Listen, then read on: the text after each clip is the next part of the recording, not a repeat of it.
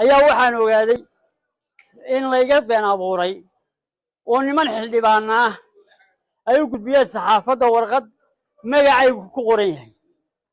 arrintaasi waa arrin aan waxba ka jirin, kumaan jirin, maan ogeyn, lamaan tashan, wax allaale waxaan ka ogeyn ma jiro arrintaas. xildhibaanada kale ee ila midka ah ee laga been abuuray ee warqadda ku qoran waxaa ka mida walhad oo codeeyey, raggii codeeyey ahaa. waxaa ka mida maydhane oo jooga hadda halkan goobta jooga oo fasax ku maqnaa.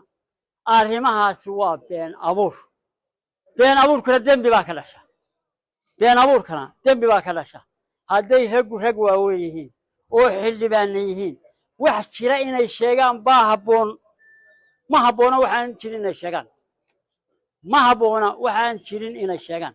waxaa kale oo warqaddaa aan ku arkay oo nasiib darraa rag fara badan oo fasax ku maqan oo aan golahaba saxiix ku lahayn. macnawiyan aan halkaa macneeyo, ninku markuu fasax ku maqan yahay saxiix kuma laha golaha, shirna kuma laha, ayaa warqaddaa ku qoran oo qaarkood dibadda jiraan, qaarkoodna fasax dheer jiraan. waxaa ka mid a jaamac axmed ogle canaboore, fasax buu ku maqan yahay, golaha kaga maqan yahay, saxiix ma laha, waxna ma qori karo. waxaa ka mid a yaasiin maxamuud xiid faratoon, fasax dheer buu ku maqan yahay oo golaha kaga maqan yahay, saxiix kuma laha golaha, kamana hadli karo.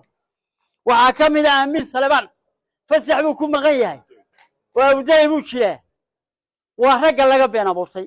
dee fasaxa mar hadduu ku maqan yahay saxiix kuma laha golaha. waxaa ka mid a